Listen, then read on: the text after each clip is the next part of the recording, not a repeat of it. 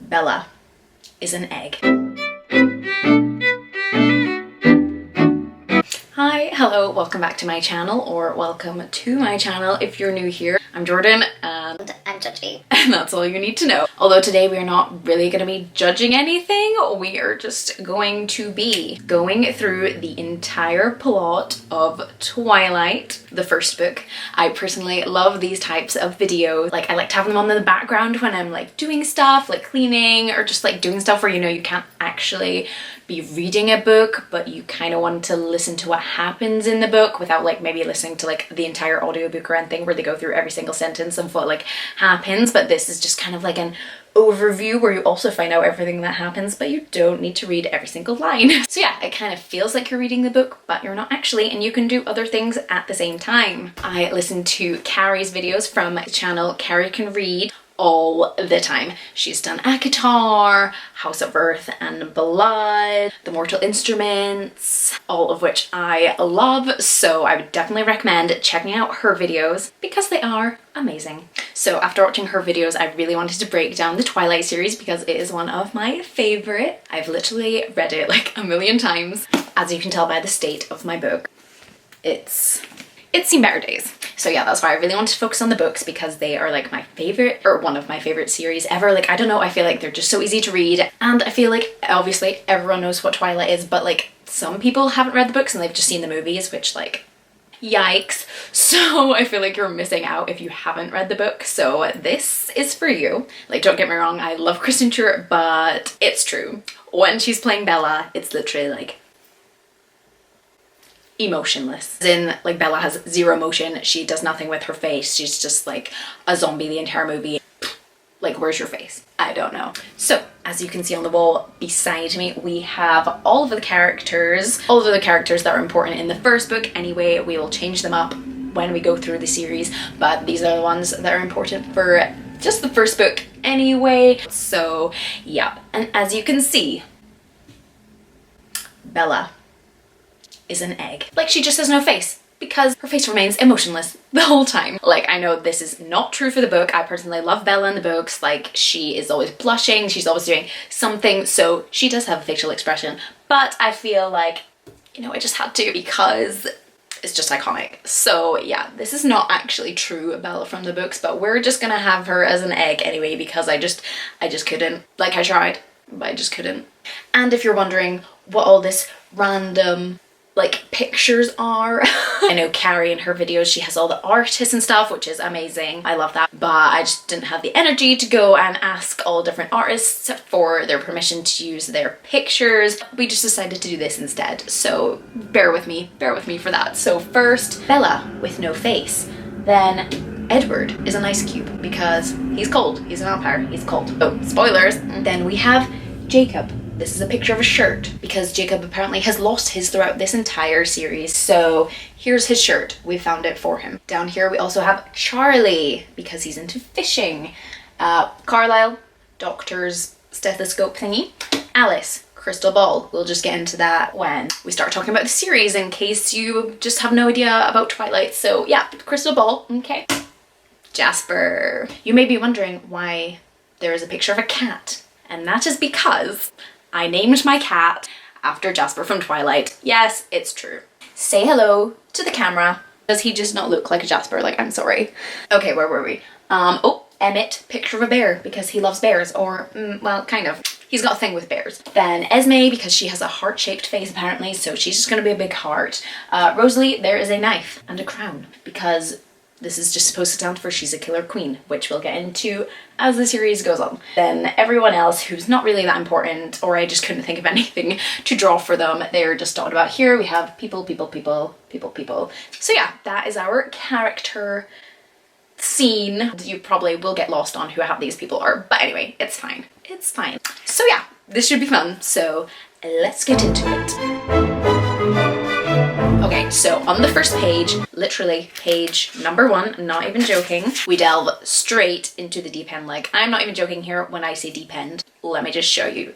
I'd never given much thought to how I would die. Though I'd had reason enough in the last few months, but even if I had, I would not have mentioned it like this. I stared without breathing across the long room into the dark eyes of the hunter, and he looked pleasantly back at me, just like this.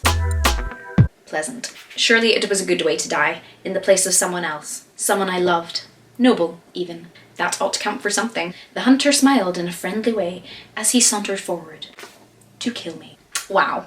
So that is certainly one way to hook your reader, like, you know she's gonna die, straight off the bat. And he's creeping forward to kill her like this. So really off to a great start there. But yeah, great hook. You are intrigued. And if you're not, you're lying. Because is she gonna die? Is she not gonna die?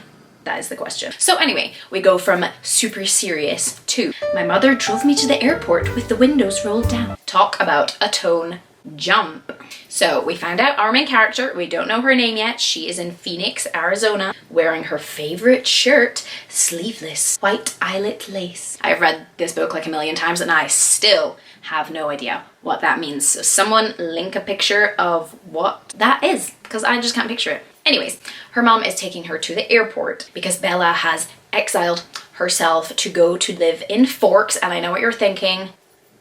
Fork. No, she's not going to live inside a utensil. She is instead going to live with her dad in the Olympic Peninsula of Washington. And here in Forks, it rains all the time. And being from Scotland myself, I'm like, it's literally raining outside right now. So I would like to do a comparison of how much it actually does rain. Like, does it actually rain that much? Like, am I secretly living in even more of a Forks than actual Forks is in real life? We'll see. So she is picked up from the airport by her dad, by the legend and Dilf himself, Charlie Swan. So they get in his police cruiser because he is Chief Police Swan to the good people of Forks. So they're in the cruiser and they're creeping along because, like she says, nothing slows down traffic like a cop, and that is super true. So yeah, Bella and Charlie are talking about how Charlie has just bought Bella a truck. And then they have this really awkward interaction where it's like, oh, thanks for my truck, and then, oh yeah, you're welcome. And they're both just like staring ahead like this, like, thank you for my truck. Yeah, you're welcome. So really going great. And then the rest of their journey is literally talking about the weather, which is wet. And that's about all the conversation they have until they get to the house. So Bella sees the truck, loves it. I will put a picture of the one here that they have in the movie. I love it. I love trucks. Yes, I want one in the future. Amazing. Go Charlie. So we get inside the house and Bella is dreading having to share a bathroom with Charlie because there is only one. And I literally had to do the same with my dad my whole life, and the thought never even crossed my mind. Like, you know what I mean? Like, Bella, girl, everyone has to poo, so just get on with it. Anyways, she naturally cries all night because she obviously misses her home and her mom, blah blah blah, etc. Which, I mean, is totally fair. She just literally moved away from her mom to go live with her dad in a place she does not want to be, she does not like. So yeah, totally understandable. She's not having a good time. So then it's the next morning and Bella drives to Forks High School, and her inner monologue is literally like, where was the feel of the institution? Is that right? Where was the feel of institution? I can't remember. Where were the chain link fences? The metal detectors. Like, sorry, metal detectors, chain link fences. Like, that is just crazy, like being from the UK. Okay, yeah, we did have a fence, so that's fine. But metal detectors and stuff, like, no, anyone. Like, you can just boop, off you go to school. There's my school right there. Off I go, walk in. Like, personally, that's just crazy, but I obviously understand why in America they need it, but that's just like mind-blowing. Like, imagine feeling like you're going through airport security every time you go to school. So yeah, anyway, she has arrived at the school. She is driving around the car park where she notices a silver shiny Volvo. A shiny silver Volvo. Wonder who that belongs to. Bella then manages to find her literature class where we see she is a literature fan. Like, girly likes her books, so yes, liking her already. Here is where we get our first interaction with another student. Ooh, who's it gonna be? Ooh, this is like fun. Ooh. Where is he? I don't even know where he is on here. Here he is. Boom. Eric, who Stephanie Meyer describes as a angly boy with skin problems and hair as black as an oil slick. So yeah, that's Eric. We like Eric. He's nice. Chess Club Eric is also what they call him, so we'll just call him Chess Club Eric for this whole time. Okay. Bella then goes to trigonometry class where her teacher makes her stand up and introduce herself in front of everyone, which like, I can feel the secondhand embarrassment from here. I couldn't think of anything worse. No, like, I'm sorry, that should just be illegal. Like, making someone stand up and like talk about themselves in front of class, or like do even any kind of presentation like in front of actual other people. Like, I know I'm doing it to the camera right now, but like, I can't see anyone. I can see my cat.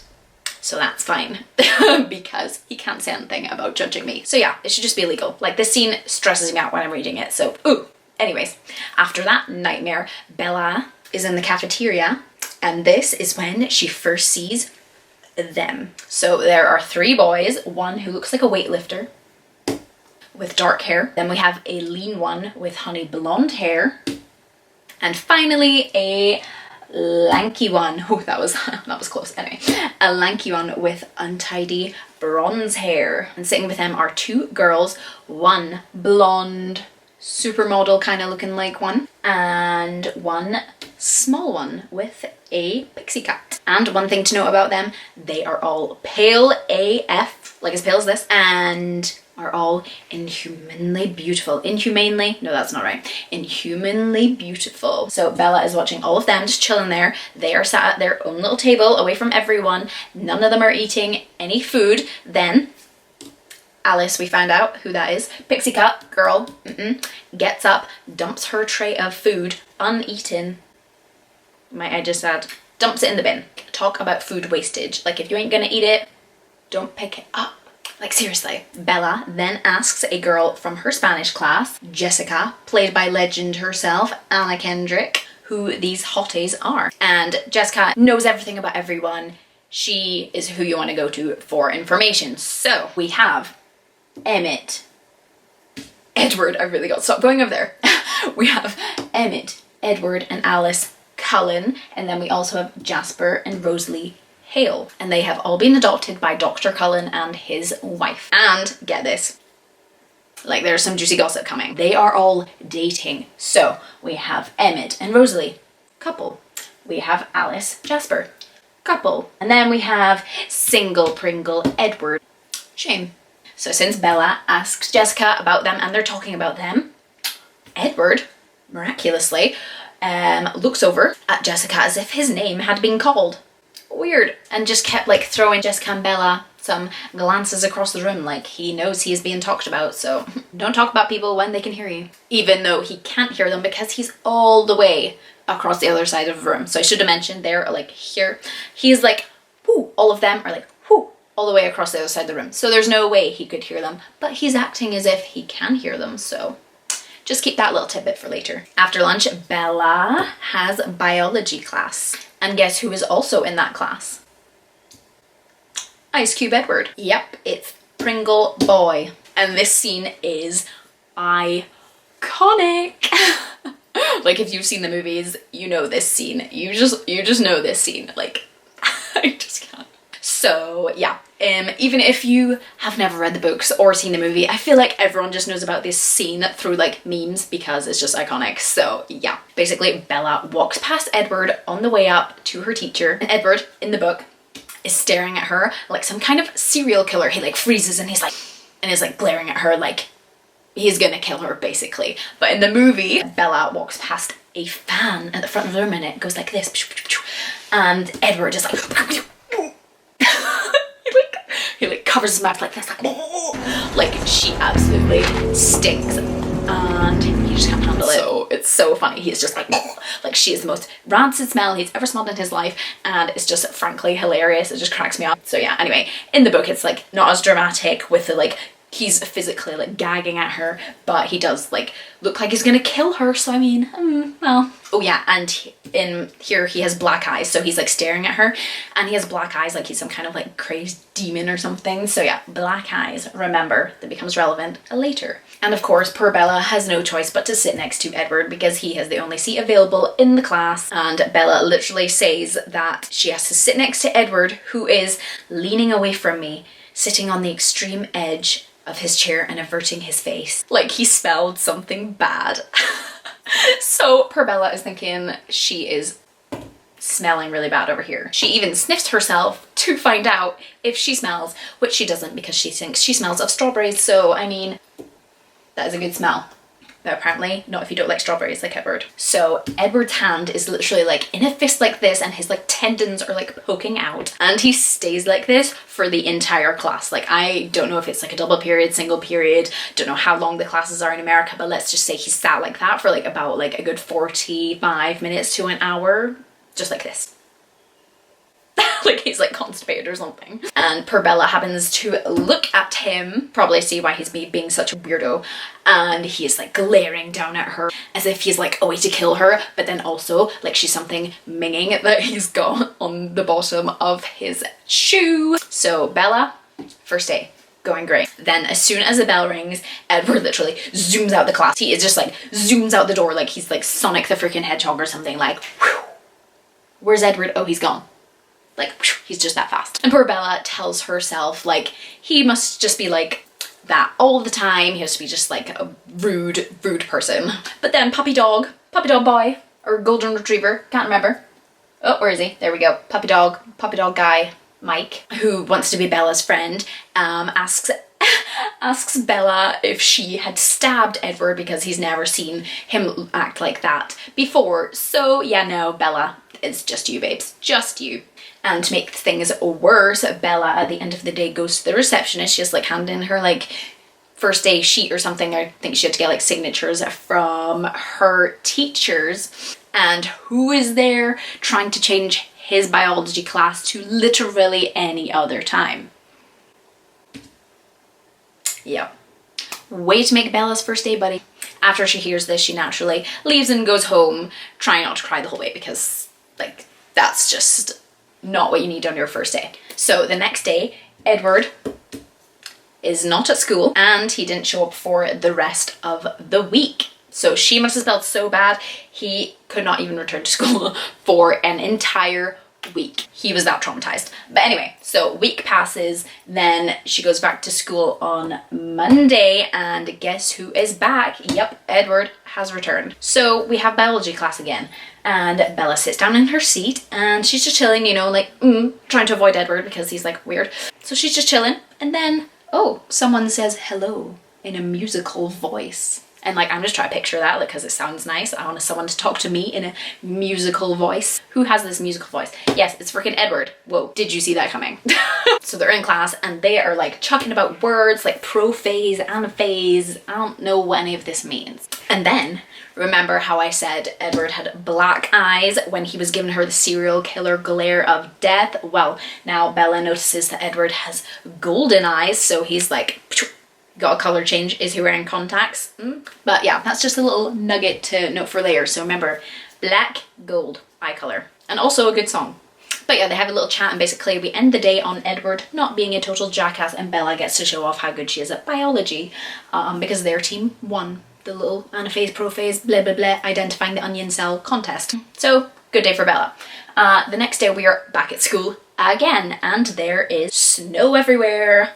Vibes. So Bella has just gotten out of her car at school when there is a loud noise and someone has lost control of their van. It's like coming towards Bella. She is about to be squished into a pancake and she has no time to escape. She's just like standing like this, and there's like van literally about to squish her into a pancake. And it is important to note that Bella sees Edward standing 4 cars, four, sees it with her own eyes. She sees Edward standing 4 cars down. So he's all the way over there. She's here. The van is literally like probably here, a way to squish her. She's then knocked to the ground by something cold and hard. But it's not the van, which is still coming though. But before the van can squish her, a pair of hands stop it. Whose hands, you may ask? 10 points if you can get it. Edward. Yep. Eduardo himself. Oop. Ooh, kind of getting dirt on the wall here. I did pick this stick up from outside, so my bad.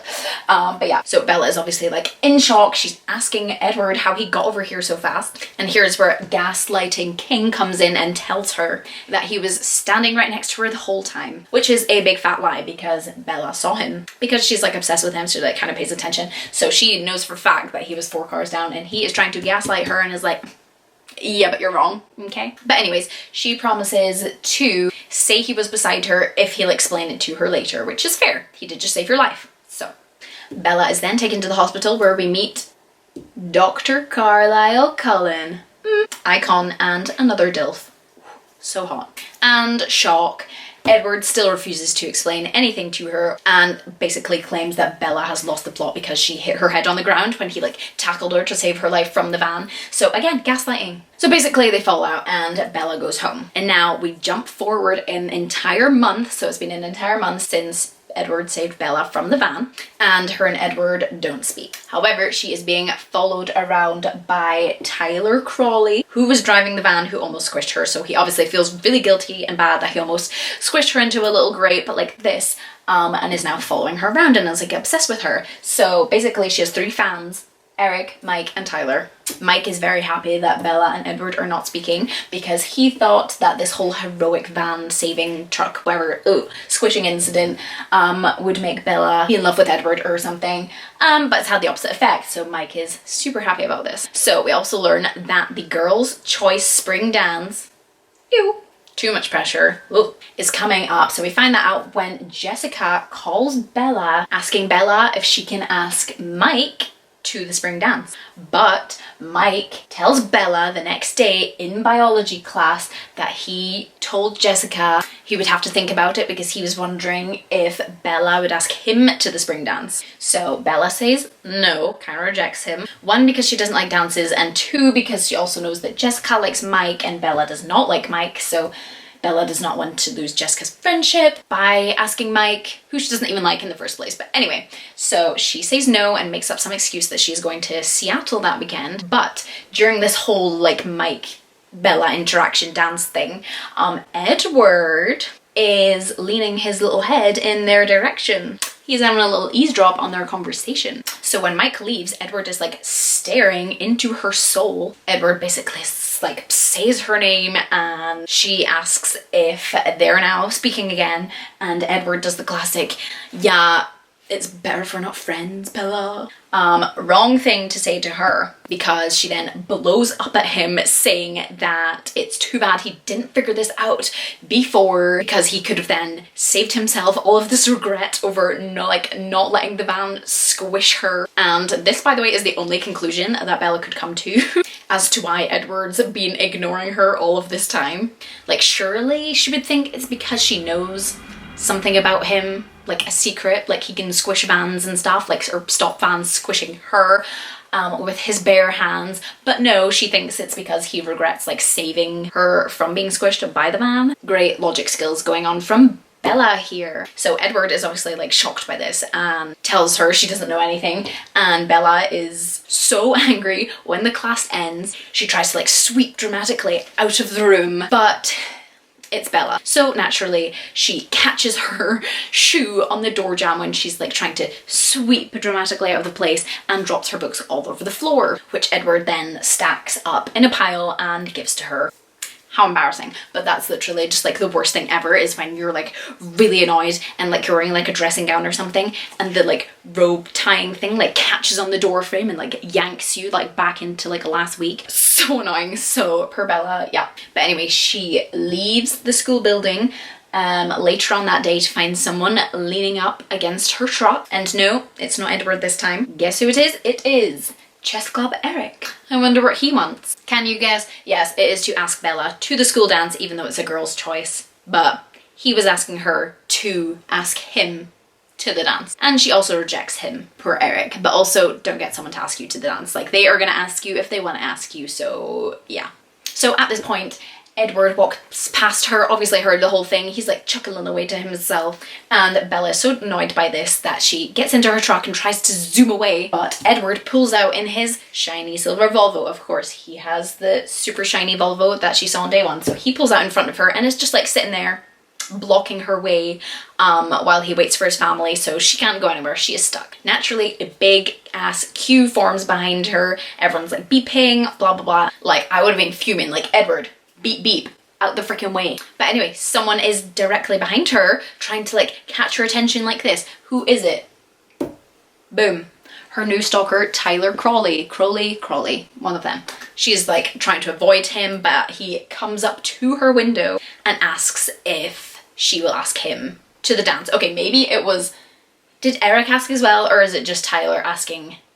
Okay, maybe I was wrong about Eric. Maybe he was just like chatting and was like, oh, are you going to the dance? Can't remember. But Tyler is asking Bella if she will ask him to the dance. So you think Tyler would take the hint when Bella says no, but he does not. Because he says, that's cool, we still have prom, and walks away. So Bella obviously looks at Edward's car and sees him laughing away as if he's heard everything. So she starts like revving her engine at him and is like, ooh, will I like bump his car, scrape it a little bit, you know what I mean? Queen behavior, like yes, get him out of the way, like run him over if you have to. But he's too fast and he zooms away before she can like make a dent in his shiny car. Later, back at her house, Bella is then, oh, that's Jacob. Bella is then trying to analyze everything Edward has said to her.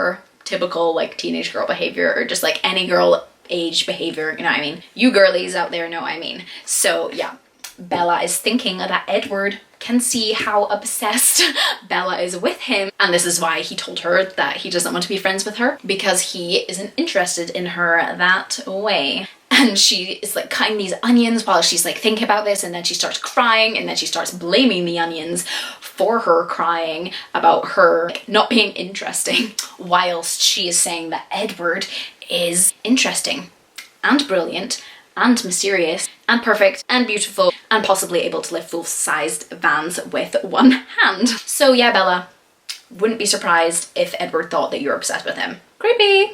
So the next day we are back at school. Bella is standing by her truck in the parking lot and she drops her key in a puddle, and before she can bend down to grab it, guess who's there? Edward has appeared out of thin air and grabbed it for her. And when Bella asks him how he just like magically appears like that, Edward says, Bella, it's not my fault if you're exceptionally unobservant. Lol, burn. That one always gives me a giggle, like he lets Bella know that he purposely held up the traffic yesterday so Tyler could ask her to the dance, and naturally Bella gets so annoyed that she like stalks away from him. But Edward, being Mr. Zoom Zoom Sonic the Hedgehog, catches up with her and asks what she is doing a week from Saturday. What is happening a week from Saturday? The spring dance. Bella obviously thinks he is taking the piss out of her, but instead actually Edward is asking if Bella wants a ride to Seattle.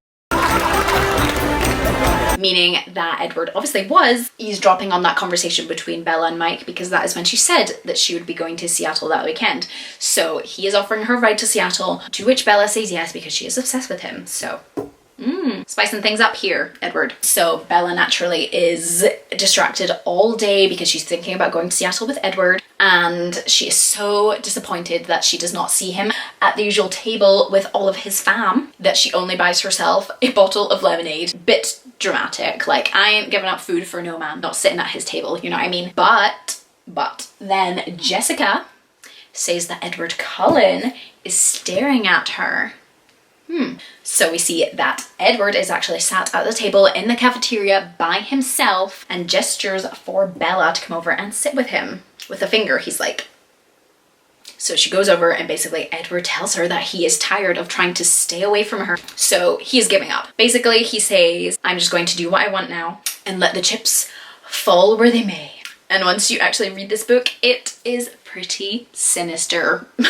That's a pretty sinister sentence, so yikes. But anyways, Bella then tells him she is like trying to figure out what he is, and her theories include Bruce Wayne and Peter Parker. I mean, Peter Parker, yes girl. And then they manage to get onto the topic of food, and Bella asks if he's hungry, and Edward says no, but like his expression is like he is enjoying some private joke to himself. So yeah, keep that in mind. He is not hungry, but he's also like that.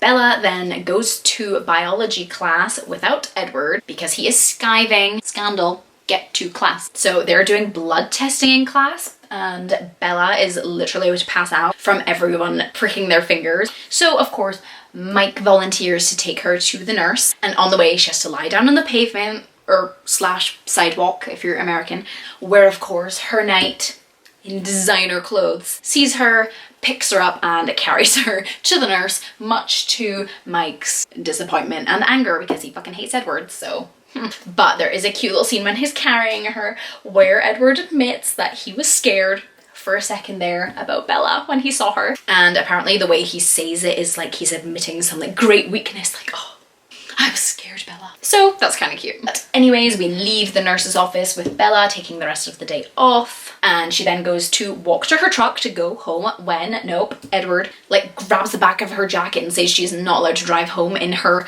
condition. And then after Bella debating whether she should make a run for it, she gets into his car where he is listening to Claire de Lune, which is a bop, but this happens to be a favourite of both Bella and Edward. So cute little moment there. Edward then drives her home and tells her that he won't be at school tomorrow. Skiving again. Like seriously, go to your freaking class. Anyways, yeah, so Edward won't be at school because him and Emmett are going hiking. But Bella is going on a beach trip at the weekend with her friends, and Edward asks her not to fall in the ocean because Bella's very clumsy and will literally just like fall over every 5 seconds. So, I mean, fair point, Edward, fair point. So we skipped over Friday where Edward was not at school, and now it is the weekend and Bella and the gang are going to La Pouche, first beach down on the reservation, and Bella decides to go on a hike down to the rock pools when she finds out that Lauren up here, we haven't really talked about Lauren, but basically she's a bitch.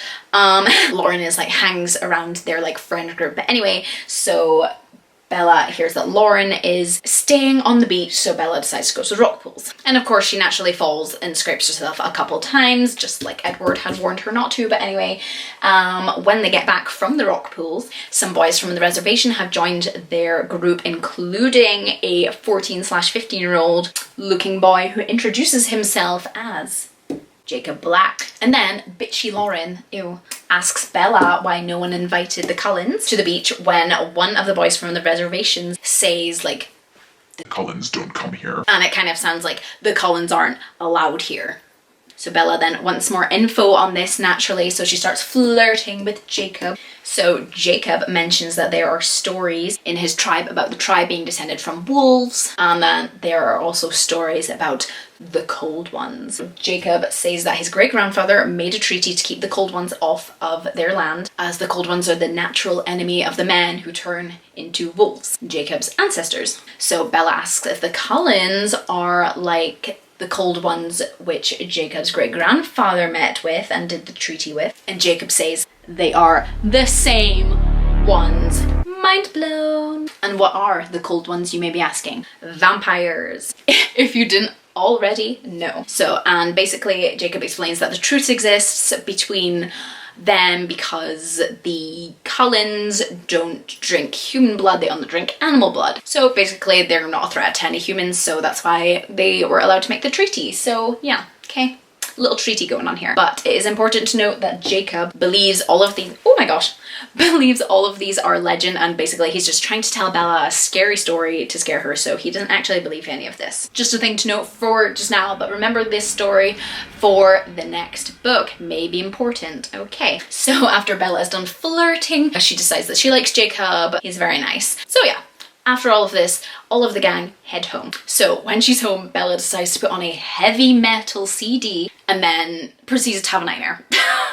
So basically, Bella is in a forest with Jacob, who is there telling her to run. But then he like falls to the ground and like starts twitching and stuff, and then turns into like a gigantic wolf. And then Mike is also there telling her to run. But then Edward also appears and the wolf jumps at him, and then she's like screaming like no, and then she wakes up. So what does Bella do next? She turns on her ancient internet modem thing, types in vampires. It takes like a gazillion years for the search engine to like process, but anyway, when it does, she basically doesn't find much. And then she also remembers that vampires cannot come out in the sun, and they also sleep in coffins all day, so Edward could not possibly be a vampire because he does not sleep in a coffin all day.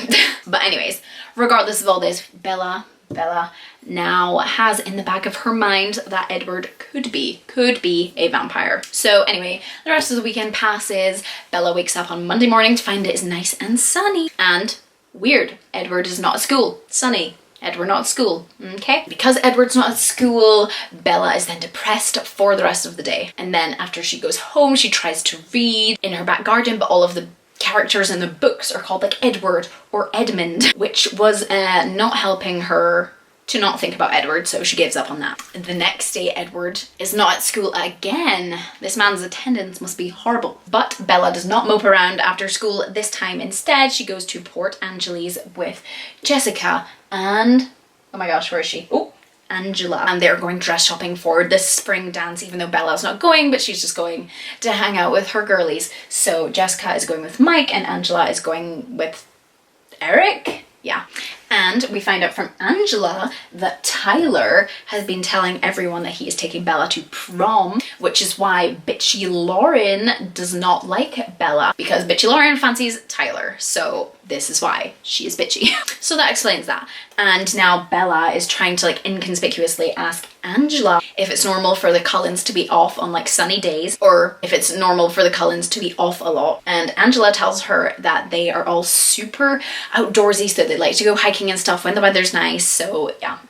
After they go shopping, Bella goes off by herself to find a bookstore and is planning to meet up with the girls in like an hour or so at the restaurant. So Bella then manages to go down some deserted ass lane, and then basically a group of guys like start catcalling her, and then she just like walks past them, ignores them, and then she's still walking down the deserted creepy street when she notices that two of the guys are behind her, which, you know, could be a coincidence. But then she turns around the corner and the other two men are in front of her. So they have been like herding her, like she's like some kind of sheep or something. Like, oh, the scene literally terrifies me. I absolutely hate reading it. It's just no.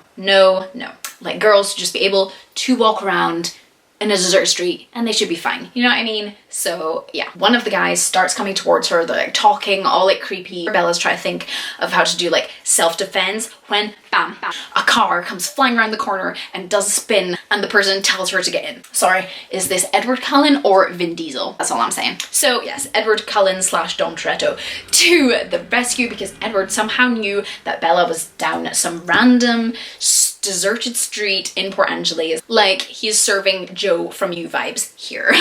But good thing he is. Like, maybe sometimes we needed a Joe. Like, you know what I mean? This is a situation where you need a Joe. So thank you, Edward. And then she has to prattle off some random nonsense about like Tyler Crawley pretending that he's like taking her to prom because Edward needs distracted from like going back down and like hunting down those guys. Which, like, I'm sorry. If I was Bella, I would be like, yes, sir, I'll freaking do it myself, help you chop those people up into tiny pieces. So yeah, disappointed in Edward here. He really should have just gone back and killed them, but anyways. Instead, he takes her to the restaurant where Jessica and Angela are waiting for her, even though Bella never told him like which restaurant they were going to be at. So yeah, Jessica and Angela leave since they've already eaten, because Bella was gone for like ages, but instead Bella and Edward go in for dinner. Bella picks some like horrible disgusting mushroom ravioli, like, ooh, mushrooms, disgusting. And Edward, oh, gives her his jacket because she forgot hers and she is cold because she's like probably in shock or something. So yeah, so naturally Bella asks Edward why he's in Port Angeles, which he refuses to answer. And then she asks if someone could read minds, hypothetically. And in this hypothetical situation, Bella suggests the guy be called Joe. And like, see, she knew he was a Joe before he even did. So yeah, Bella asks Joe / Edward how this mind reading thing would work. Basically, Bella thinks Edward can read minds, because like, how else would he know where she was? So Edward finally comes clean, telling her that he followed her to Port Angeles to try and keep her alive because she just gets into so much trouble. So he's trying to keep her alive, and he was keeping tabs on Jessica's mind, confirming that he can read minds, but not Bella's. And then he managed to find Bella because her face, her egg face, was in the mind of one of those creepy men. So that's how he knew where she was. So yeah, after that, they basically leave the restaurant, although I feel like I should mention that there was this flirty waitress who was like obsessed with Edward, but he was only paying attention to Bella and not her. So yes, go king. So basically they get in Edward's car. Bella then flips out because Edward is literally driving 100 miles an hour, which, like, go girl, you freaking tell him, because that is like an automatic turn off. Like, why'd you need to be driving that speed? Illegal. So don't do that. I would be getting out of that car there and then, that is for sure. So basically they rock up at Bella's house, and then Edward starts being all cryptic, like, don't go into the woods alone because he's not always the most dangerous thing out there. Okay, setting up for the next book? I think so. So basically he says that and then he leaves. And this is where we get the famous 4 sentences. About 3 things I was absolutely positive. First, Edward was a vampire. Oh yeah, did I forget to mention that? Yeah, Edward confirms also that he's a vampire. I totally forgot to write that down. Yeah, so we confirm that Edward is a mind reader, and we also confirm, by the way, yes, he is a vampire and it does not bother Bella. Okay, so we are confirmed here. I forgot to mention Edward's a vampire. Okay, so so anyways, first, Edward was a vampire. Second, there was a part of him, and I didn't know how potent that part might be, that thirsted for my blood. And third, I was unconditionally and irrevocably in love with him. Wow. So yeah, so Bella mentions that he thirsts for her blood. So basically, I forgot to say, in the car there was a whole explanation, like he's like her blood like calls to him basically. He just was like really wanted her blood more than anyone else's. Okay, so he's a vampire, he's thirsting after her blood. Yikes. And she is in love with him. So bit insta-lovey, but okay. The next day, Edward drives her to school where Jessica is waiting, and Edward tells Bella that Jessica is going to ask Bella if her and Edward are secretly dating, to which Edward tells her like, oh, if it's easier, if you can just say yes. So yes, they are dating now. And Jessica is also going to ask Bella how she feels about Edward.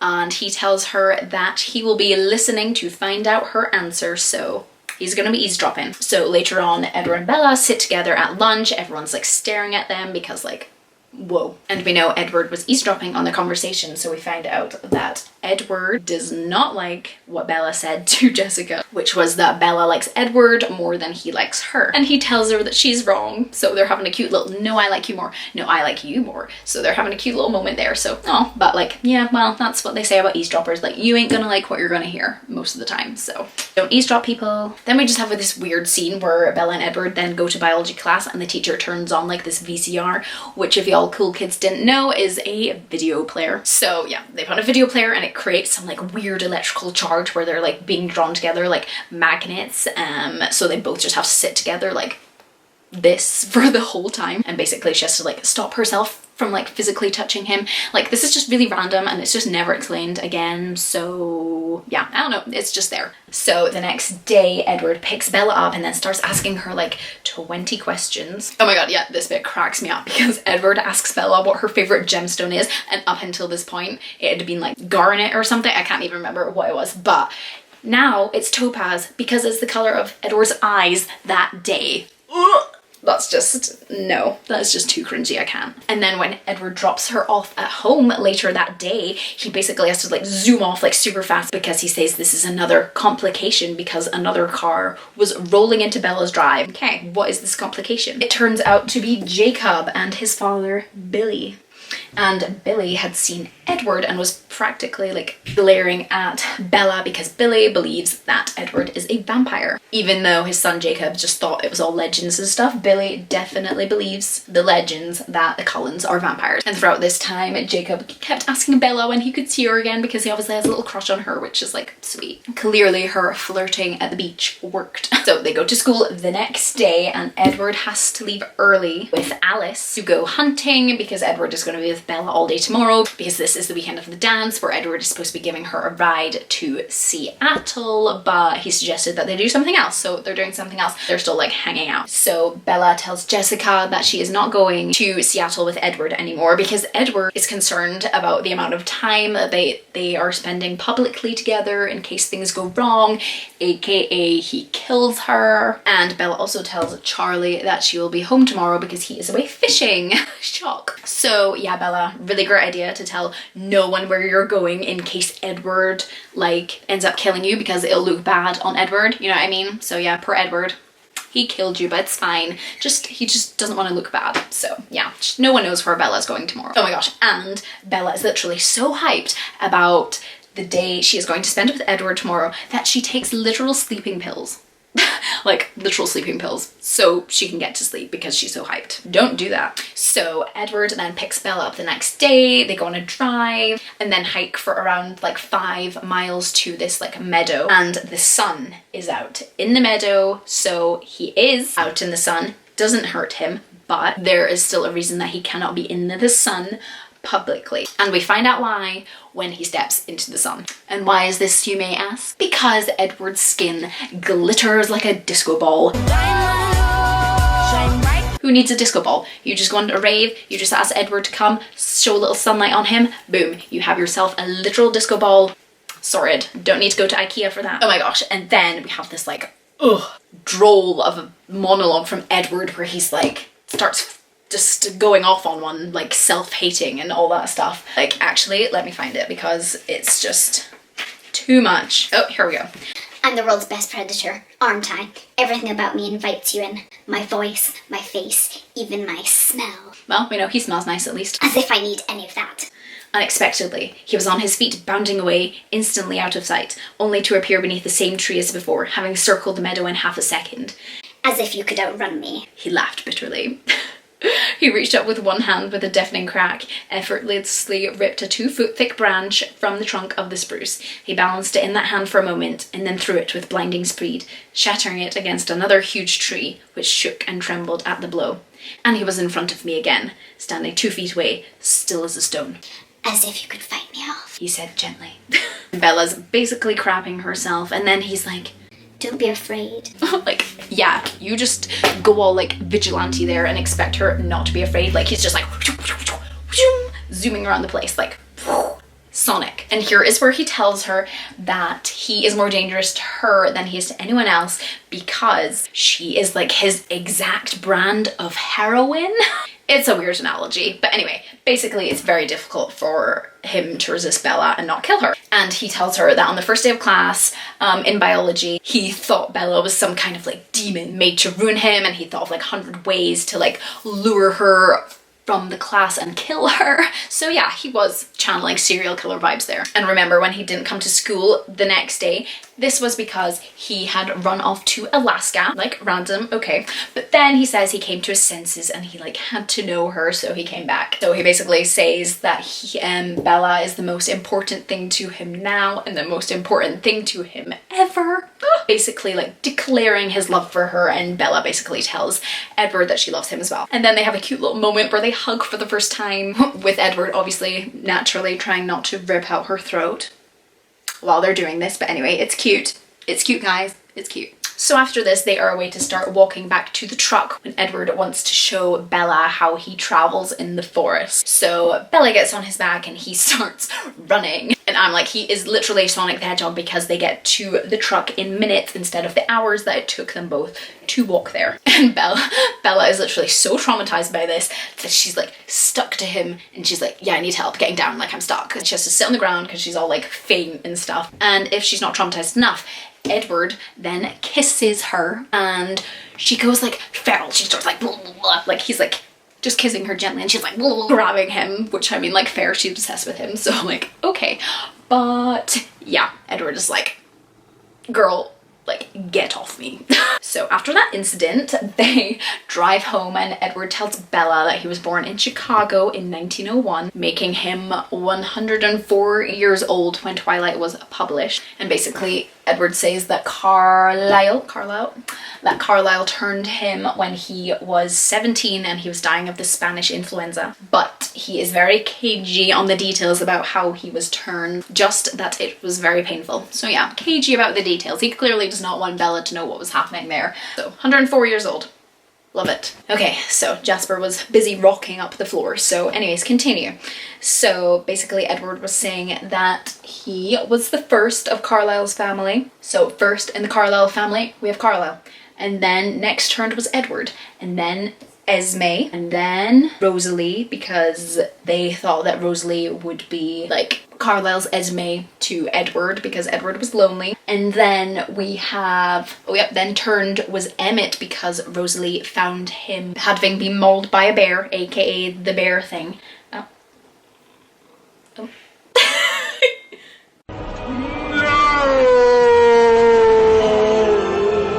Anyway, Anyway, so yeah, Emmett mauled by a bear. Rosalie saved him. Carlisle turned him. And then we have Alice, who then found Jasper. And then they all joined up. So yeah. Edward also lets us know that Alice has a talent. Can you guess what it is by the crystal ball? Maybe. So Alice can see the future. Love Alice. Oh, and also Jasper also has a talent of like controlling people's emotions. So he's like can make you feel good and stuff. So yeah, both little talented people there. After that, we get back to Bella's house where Edward nicely mentions that he creeps on her every night. Bloody hell. And honestly, this just reminds me of that meme with like Ron and Edward, and I'm just gonna put it here if I can find it. I love it. I love it. So yeah, they go up to her bedroom where Edward tells her that when Mike was like asking about the dance and if Bella would ask him, like remember all that time ago? So Edward was saying that he was jealous. So yeah, Edward was jealous of Mike. Where is Mike?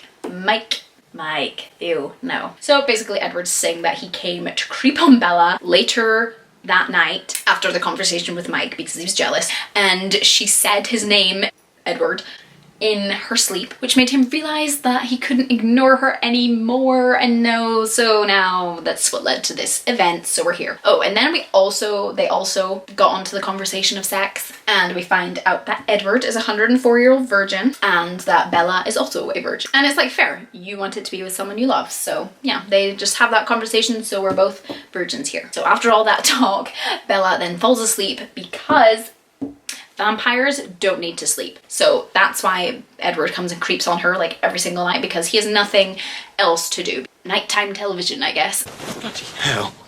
When Bella wakes up the next day, she has to go to the toilet. And wouldn't you be so self-conscious? Like, I'm self-conscious going to the toilet in front of like anyone, or like in anyone's house, and then like they don't have vampire hearing. Like, you know, Edward has like super hearing, super strength, all that stuff, and you're like not self-conscious about going to the toilet. Okay, like what if she needed a huge crap?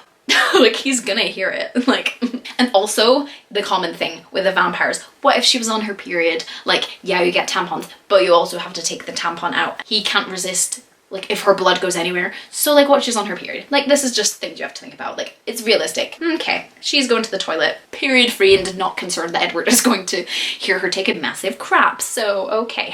After that, Bella goes downstairs, she's having breakfast, and Edward is just staring at her because he obviously can't eat what he wants. So he asks Bella if she wants to meet his family. Oh yeah, and he tells her that his family have even taken bets on whether he would bring her back alive yesterday, so yikes. Edward then asks Bella if he can be introduced to Charlie as her boyfriend, and then Bella says that she was under the impression that Edward was like something more, and it's like what? Like, he's not your fiance, so what is the next level? You know what I mean? So yeah, I guess she's meaning like soulmate or whatever, but it's not like, oh my god, yeah, hi Charlie, this is Edward, my soulmate. Like, that's just not how you're going to introduce your father to your boyfriend for the first time. Yeah, this is my soulmate, love my life, like blah blah blah, we're going to be together forever. Yeah, you know what I mean? But anyway, Bella gets changed and comes down in the iconic blue blouse and khaki skirt. And I had no idea this outfit was like a thing until I literally watched an entire YouTube video of someone like talking about this as being a thing. And it also turns out that someone had like asked Stephanie Meyer about this like combo, and like she didn't even know anything about it. But apparently Stephanie Meyer does not know about color theory, because like, ew, no, those colors just don't go. Like, ew, blue and like khaki. Anyways, so she comes downstairs in this like horrible ass outfit and Bella tells her she looks like stunning, which like, okay Edward. So yeah, she's in the horrible outfit and Edward kisses her and she collapses. Before she was groping him and now she's fainting on him. Yikes. Calm it, girl, calm it. So they then head to his house, which is down some like unmarked path in the forest with a garden so big that Bella actually thinks it's a meadow. So clearly got loads of money, which like understandable, because if you're like 300 and something years old or 100, like the moosh of all of them together, like you would accumulate a buttload of money. So the house is described as timeless, graceful, and probably 100 years old. It was painted a soft, faded white 3 stories tall, rectangular and well proportioned. And all I can picture is the house from the movie, which is definitely not 100 years old. It's literally like a box. So I really need Stephanie Meyer to like draw this house so like I can get a picture, because I just like can't visualize it. Like that's all we get. That description was like all we got, and I'm just like, no. Yeah, no, that's not doing it for me. So inside, Bella meets Carlisle again and Esme for the first time. My cat's trying to climb up the wall. So it's all very nice and polite and chill. And then Alice comes zooming down the stairs like vampire speed and kisses Bella on the cheek like they are BFFs, which is sweet. And Jasper is also there as well, but he keeps his distance because he's like the newest member to this like vegetarian lifestyle that they have going on. And Bella also notices that Carlisle is staring at Edward, like obviously having a conversation with him in like his brain. And Edward like nods at him like this. We're just gonna note that because I'm sure Bella brings it up later. So yeah, just note that little conversation going on between Carlisle and Edward there. Bella then notices their massive grand piano that they have in their living room, because naturally Edward plays piano because he's good at everything. So Alice, Jasper, Carlisle and Esme give them some privacy, and I don't know if you noticed, but Emmett and Rosalie are not here to meet Bella. Maybe because someone doesn't really like Bella. Wonder who that could be. But Edward says that Rosalie is jealous of Bella because Rosalie wants to be human. So I mean, fair, we get her story later on. Oh, aha, told you it would come up later. So Bella asks Edward what Carlisle was talking or saying in his mind to Edward earlier, and basically it's just that Alice sees some like human blood drinker vampires coming into town sometime soon. So yeah, remember that. People, vampires, evil vampires coming into town soon. Oh my gosh, and then we get this like info dump on Carlisle's history, which is just like way too long. But basically, to summarize, Carlisle was born in the 1640s and he is 362 years old. He and some villagers were hunting vampires with like pitchforks.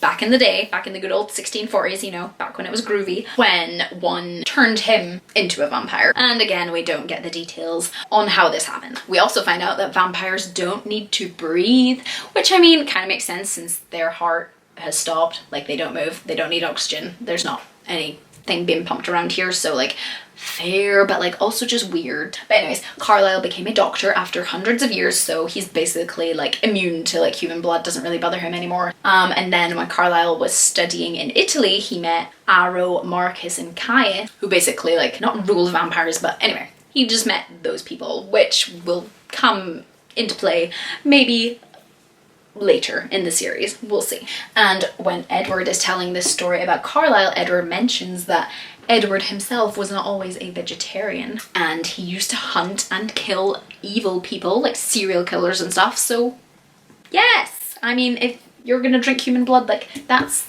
the kind of people you should be drinking the blood of, you know what I mean? Making the world a better place. So anyways, after a long story time, we get to Edward's bedroom, which like should it be called a bedroom because it doesn't have a bed in it, it only has a sofa, so it's like we get to Edward's sofa room. So Bella and Edward are hugging on his sofa, and then Alice and Jasper come in, and it's decided that they are going to be playing baseball with Bella watching, obviously, because one, she's not good at PE, and also it's like vampire baseball and she is not a vampire. So yeah, they're going to be playing baseball because Alice sees a storm coming. This is the only time that they can play, and we will see why this is soon. But before the baseball, Edward takes Bella home to the house where Billy and Jacob are waiting for her, and Edward gets absolutely furious because he reads Jacob's mind, or Billy's mind, and realizes that Billy is here to warn Charlie about Bella hanging out with Edward because Edward is dangerous, which I mean, like, yes he is, and like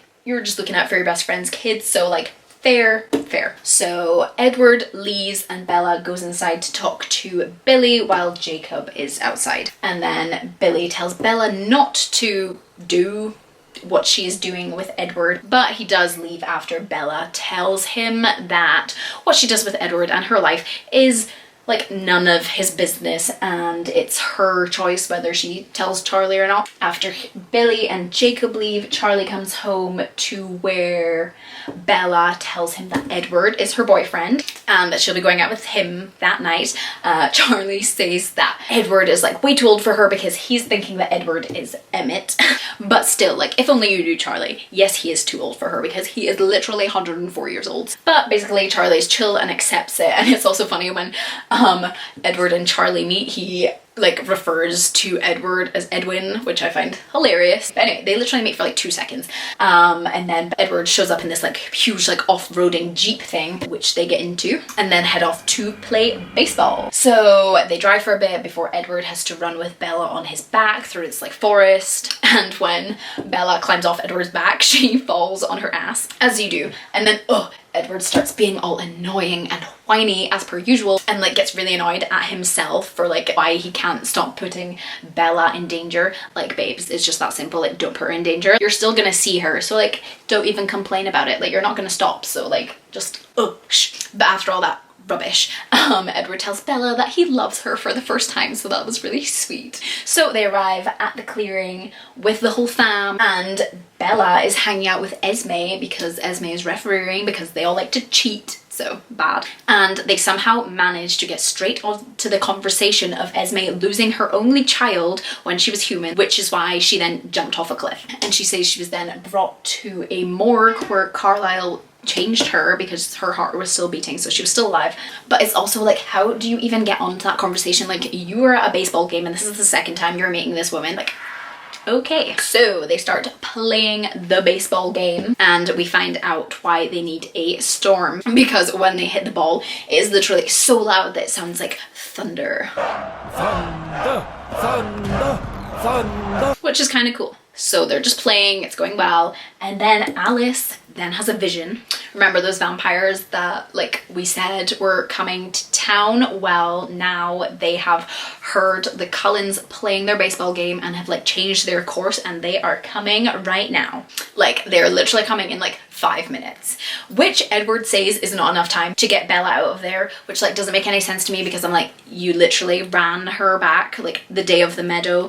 They like ran back, and it took Edward literally a couple minutes to run what had taken them hours to walk. So how can it like, how can you like not grab her and like run away? Like, you could have ran her to her house like there and back like 3 times in the space that like he said that sentence. But anyway, it's fine. We need a finale, so yeah, okay. So the vampires arrive and they introduce themselves as Laurent, James, and Victoria. And unlike the Cullens, who have golden eyes, they all have red eyes. And Carlisle, being the leader and the most chilled out of everyone, invites Laurent, James, and Victoria back to their house, and all is going well until the wind, of course, blows Bella's scent into the air, where James goes to attack Bella, but Edward like gets in front and he's like, wow, don't touch my woman. And then James and Edward like have a massive like standoff, and it's really tense, and everyone's like hissing and stuff. So yeah, Carlisle then tells these 3 to back off because because Bella is with them, and Laurent is like, okay, even though James is clearly like raging at this and wants to kill Bella. But anyways, yeah, they head to Carlisle's house, and whilst they go there, Edward, Emmett, Alice, and Bella take the Jeep and start driving out of Forks. Bella is obviously like, you have to take me home to Charlie. And like, then Edward like flips out and he's like, James is a tracker. and he's like going to start tracking Bella tonight, and the only way we can stop him is to kill him. Which like, who cares? Like, you don't know him, so like, goodbye, you know what I mean? So kill him. Jasper agrees. But anyway, Bella, being the queen she is, says that she refuses to go with him unless they take her back to her house where Charlie is, because obviously that's the first place that James is going to look. So Emma and Alice agree, and then they convince Edward, and they all have to go back to Bella's house. So they get to Charlie's, and Bella gets her acting on. She starts screaming at Edward to like leave her alone, and she tells Charlie that she's like broken up with Edward and that she's going home to Phoenix. And she also says the same words that her mom said to Charlie when she left with Bella like when she was like leaving Charlie basically. Like I actually hate this scene so much. Like imagine like you know that's gonna like hurt him, but like, oh, Bella like zooms out the door where Edward is waiting, and James, boop, the tracker, has heard the end of the argument because he did go to Bella's house, so he will now leave Charlie alone, which is good. So he's heard the end of that argument and he is now following Bella and Edward in the truck, where Bella naturally asks how you kill a vampire, and Edward tells her that you have to literally tear them to shreds, like tear them like a piece of paper, like, you know what I mean? So lovely. Oh, and then set them on fire. How could I forget that? So anyways, they get to Carlisle's house, and Laurent, where is he? There he is. Laurent is inside, and he basically, literally, actually, yeah, he says, "Are you sure it is worth it?" Like, excuse me, it. If I was Bella, I'd be freaking raging up like, yo, what you try to say? Who you calling it? But they obviously say, yes, she is worth it, thank you very much. And Laurent leaves, like, peacefully. And then Carlisle, Edward, and Emmett then leave in the Jeep because James will think that Bella is with Edward and follow them. And then Esme and Rosalie leave in Bella's truck. So Victoria follows them because her and James are like mates or something. And then Alice, Jasper, and Bella leave after them, and they are heading to Phoenix because that's the last place that James will look, because he won't expect her to be there because that's where she should be. The next day, Bella wakes up in a hotel room in Phoenix, and there's a lot of sitting around, obviously, because it's friggin' sunny in Phoenix and Alice and Jasper can't go outside in the sun, so lots of sitting around. So Bella asks Alice how you become a vampire, and Alice says that Edward doesn't want her to know, but she tells her anyway. But she doesn't remember like turning into a vampire, like she doesn't remember being human or being turned, so it's a mystery. So she just tells Bella the mechanics of it because she's not actually sure. So basically the vampires like teeth, like they have venom, so they're venomous, they're like a snake basically, and if they bite you and like leave you alive, then you will turn into a vampire. But apparently it is so painful that you wish you were dead. So lovely. After this, Alice then gets a vision that James will be in a room with like lots of mirrors soon, but like right now he's like running a VCR in like another place which Alice can't really see. So Alice gets a piece of paper and she starts drawing this mirror room, which Bella then recognizes as her old ballet studio there in Phoenix, just around the corner from her mum's house. So just to be safe, Bella leaves a message on her mum's phone, like the house phone.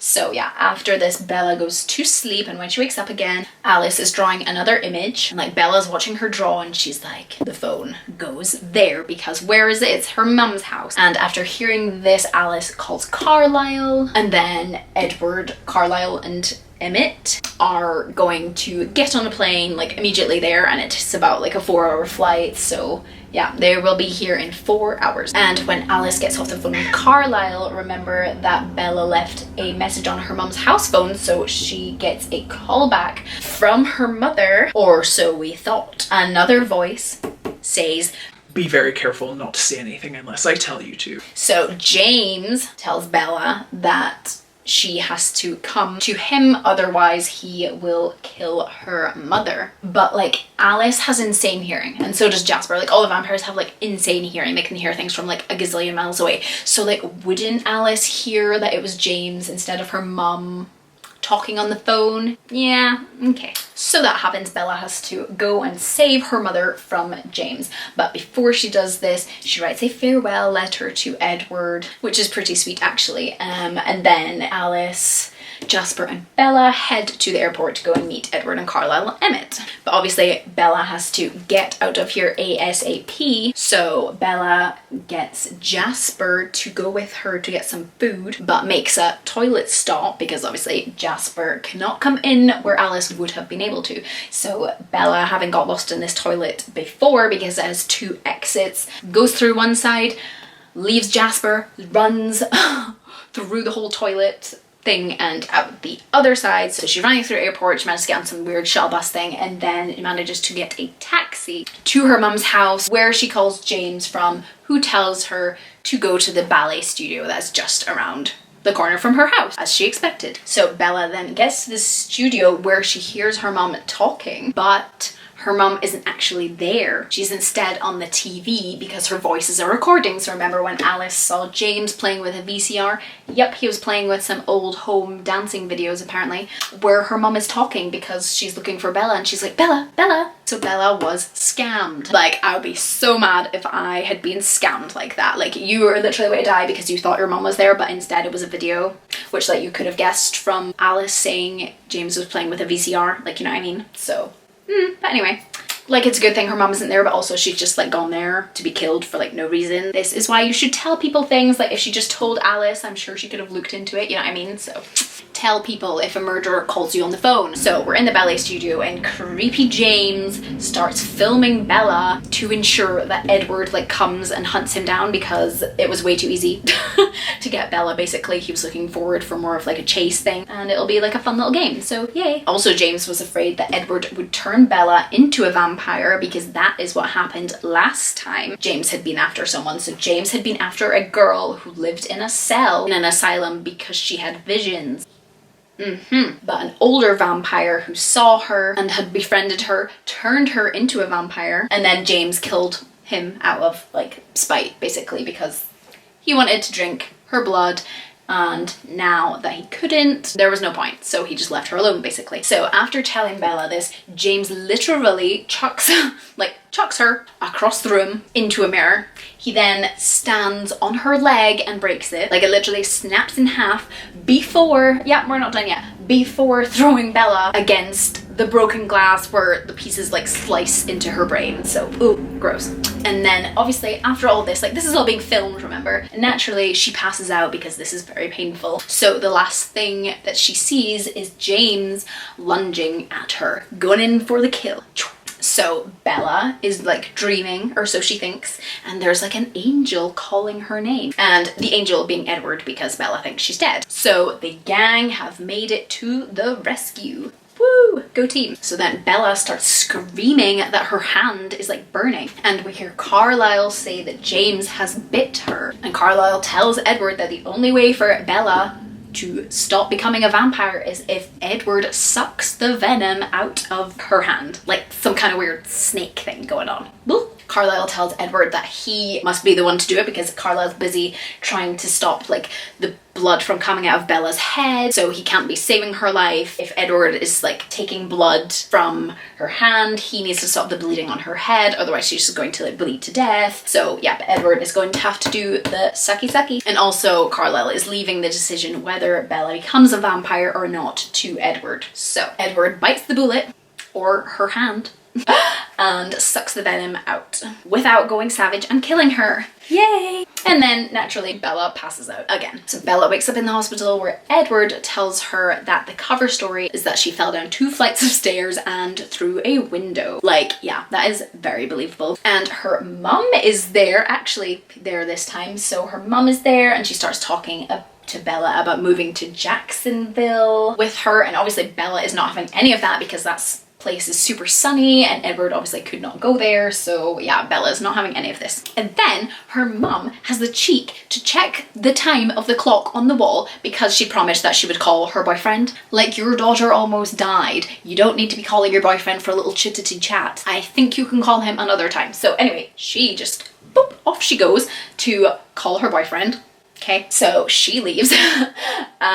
Edward tries to say that he needs to stay away from Bella, which like he already knew in the first place, so like, Edward, shut up, like you're just like a broken record here. So he's complaining away as per usual. So poor Bella here is just like waking up and Edward is like, yeah, I should leave you alone to keep you safe. Like, oh my god, she almost died. Like, can you give her a break? She does not need to be hearing like you're basically breaking up with her like right now, okay? Like, Edward, all this self-sacrifice is not helping anyone. Get on your bike, mate. Bella then naturally asks why Edward didn't let her turn into a vampire, and he says he won't do this to her, like her family and stuff. And keep note of this because this is a theme, basically. Note, Edward does not want Bella to be a vampire, okay? No. But Bella guesses that Alice has seen her become a vampire in the future, which Edward confirms, but he also says that Alice saw her dead, so we'll see about that. So now we go to the epilogue where we're back in Forks. Bella is in a dress with like a walking cast and Edward is driving her somewhere. He's all dressed up as well in a suit, so there's some kind of occasion going on. Can you guess what it is? I'll tell you at the end. But Bella has no idea where she's going and she is not happy about it. So they're in the car and Edward gets a call from Charlie, who apparently now has curfews and stuff for Bella and hates Edward because he blames him for Bella like leaving and then falling down the stairs and through the window. He's not a fan. Edward starts laughing and asks Charlie to pass the phone to him, as in like him being there's someone else at Charlie's house. So who could it be? I wonder. It's Tyler Crawley, who has shown up to take Bella to, did you guess it? Yes, the prom. And then this bit's quite funny because Edward then goes all sassy and is like, Ella will be like unavailable to you every evening as far as I'm concerned. He hangs up on Tyler, lol. So they get to the school where Alice and Jasper and Emmett and Rosalie are dancing and everyone else is just like at the sidelines watching. And then Edward drags Bella out on the floor like, oh my god, I was so mortified. Like all these like stunning pretty people are dancing and everyone's just like watching them and then you get dragged out on the floor and you can't dance and just oh nope. So yeah, they're out on the floor dancing, but then they get interrupted by who, I wonder? Jacob, who obviously doesn't go to this school because he goes to school on the reservation, and he then tells Bella that his dad has paid him $20 to come to her school prom to tell her to break up with her boyfriend. So we love that. Oh yeah, and then there's this awkward little moment where Bella is like, oh, like have you seen anything you like, aka girls? And Jacob is like, yeah, but she's taken. You're a child, like you're a literal child, like calm down. But anyways, so Jacob also tells Bella that his dad told him to tell Bella that they'll be watching, or we'll be watching. Jacob leaves after this weird situation. At least he gets paid $20, so I mean, fair. Bella's pretty chill about it, she doesn't really care. So yeah, Edward then takes Bella back and twirls her outside where he casually then drops in the name of the book. He's like, oh, it's Twilight again or something. Does the name drop of the book. Iconic. And now I didn't actually finish my notes, so we're just gonna have to read from the book here. So where are we? Oh yeah, so yes, Edward, they're outside and Edward tells Bella that he brought her to the prom because he doesn't want her to miss anything and doesn't want his presence to like take anything away from her. He basically just wants her to be human and he wants her life to continue as his would have if he hadn't died in 1918. And then they get onto the conversation that Bella seemed genuinely surprised when she found out that Edward was taking her to the prom. Like she thought it was an occasion. So Bella tells Edward that she thought that he might have changed his mind and that he was going to change her after all. And it's like he literally sucked venom out of you without killing you so you wouldn't become a vampire, which is like the hardest thing he's ever had to do basically. And it's like, why would he just randomly then change his mind about making you a vampire like 2 seconds later? Doesn't really make any sense. Like, And he's like, so you're ready for this to be the end, for this to be the twilight of your life, even though you've barely started, you're ready to give up everything. And then Bella's like, it's not the end, it's the beginning. And then he like starts teasing her and is like, puts his lips to her neck and he's like, you're ready now? As if he's like going to bite her. And he's like, is that what you dream about? Being a monster? And she's like, no, mostly I dream about being with you forever. Wow, isn't that cute? Oh dear. Oh, and then he's like, Bella, I will stay with you. Isn't that enough? And she's like, enough for now. Oh my god, I forgot to mention James. I totally forgot about James. Yeah, by the way, he got torn to shreds and killed. So while Edward was sucking the venom out, Emmett and Jasper were killing James. So yeah, he's dead, by the way. He is dead. And Victoria is somewhere out there. Okay, just remember that, because they were mates. So yeah, she's still out there, Laurent's still out there, James is dead. Okay. So anyways, Bella is like, look, I love you more than anything else in the world combined. Isn't that enough? And he's like, yes, it is enough. Enough for forever. And he leaned down to press his cold lips once more to my throat.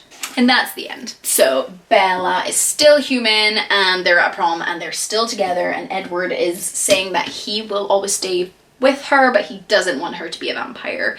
So yeah, that is Twilight book 1. And like usually I would do like a verdict, giving my like judging opinions, or like giving a score for what I thought of this book, but I am not going to do that here because this is just a plot breakdown. I'm not really judging it. It's more just of like a going through the plot and telling you guys what happens. So yeah, that was really fun actually to do. I love watching these videos, and I'm happy that I've actually done one myself. I hope you guys enjoyed this video. If you guys want to see the next one, subscribe, comment down below what your thoughts are on Twilight, and yeah, I will see you guys in the next one. Say bye!